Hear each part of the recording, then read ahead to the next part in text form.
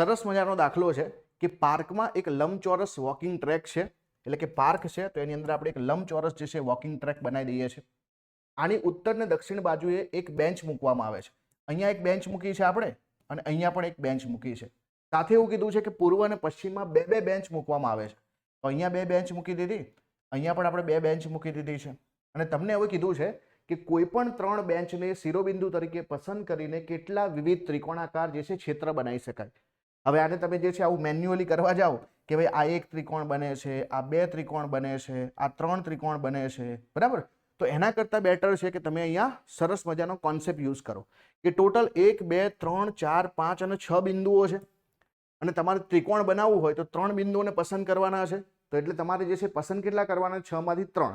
તો 6C3 લખી શકાય અને આને આપણે સોલ્યુશન કરીએ તો 6 × 5 × 4 ભાગ્યા 3 × 2 × 1, આ 3 દુ 6, આ 6 6 નીકળી જશે તો 4 5 20. તો આપણો જવાબ સીધો આવશે 20 જવાબ આવશે. તો તમે મેન્યુઅલી કરી શકો અથવા તો આ લોજિકનો યુઝ કરી શકો. તો 20 તમારો જવાબ છે.